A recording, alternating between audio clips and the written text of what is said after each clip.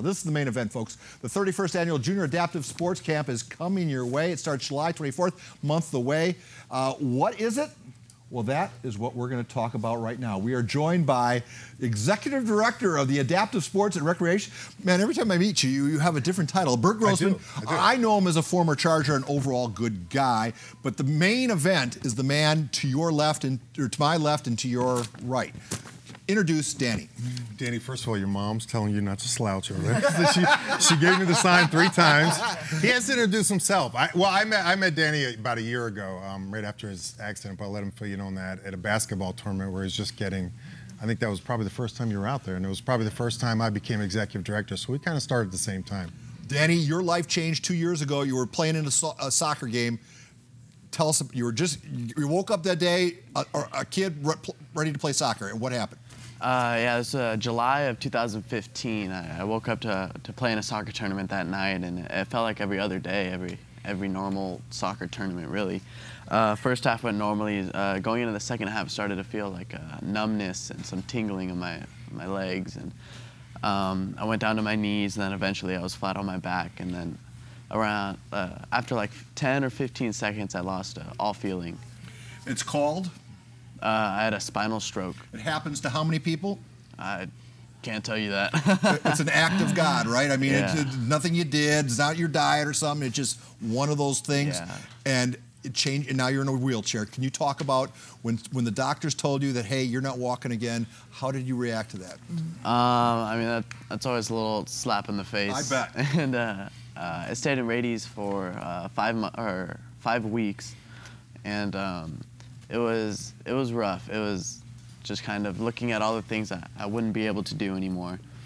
I spent 10 days in the ICU, flat on my back, plugged into everything. Oh, man. So enter you. Talk about this camp and what it means to kids like Danny.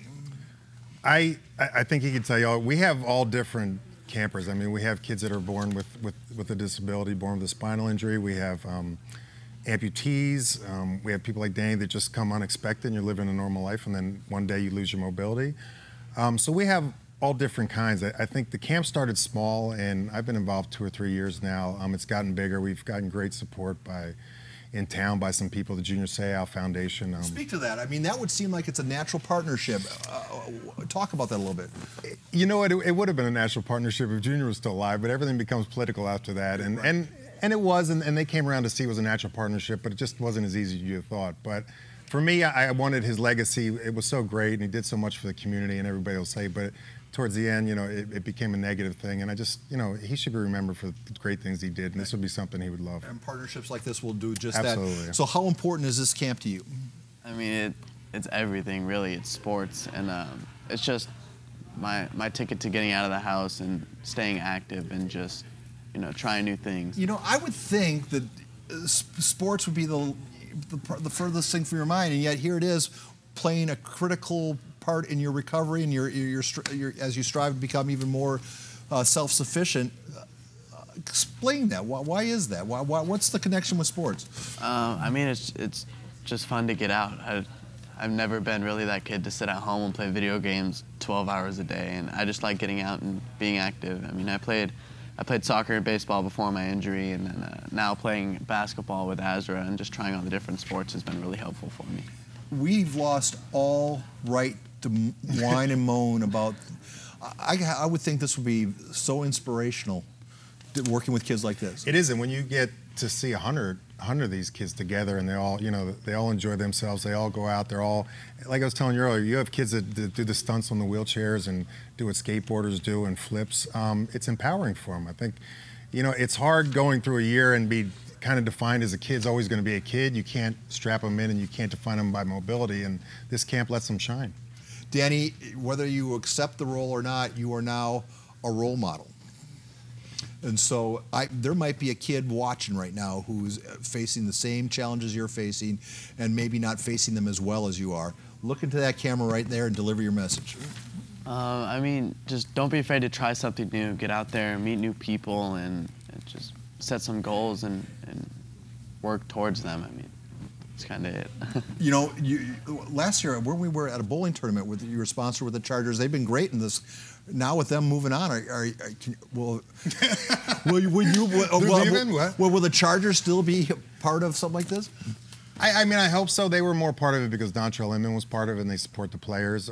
He's indicated that he will again, but it's kind of like when you break up with a girlfriend. Yeah, we'll keep in touch, but we never do. So I don't know. I hope so. Is that why they don't take my phone Yeah, that's call? why they won't. I don't either. All right, so we're going to throw this camp graphic up one more time. Guys, do your bit. How do people...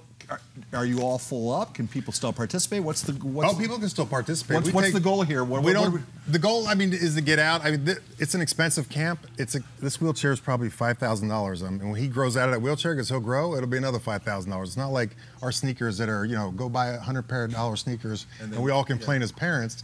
It's mostly money. It's outreach. It's to get volunteers. It's to get campers. It's to get just the word out. We have the whole month of June. We're having a fundraiser with Luna Grill, who's been great to us.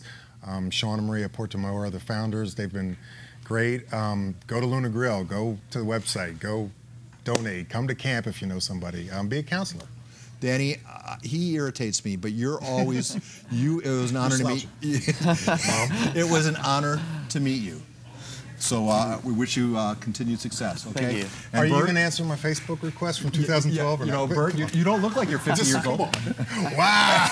Happy birthday, Mr. Grossman. Thanks. All right. Let's throw it back to the news desk before this gets out of control. It's hard having too many friends on Facebook, isn't it? I feel your pain, yes.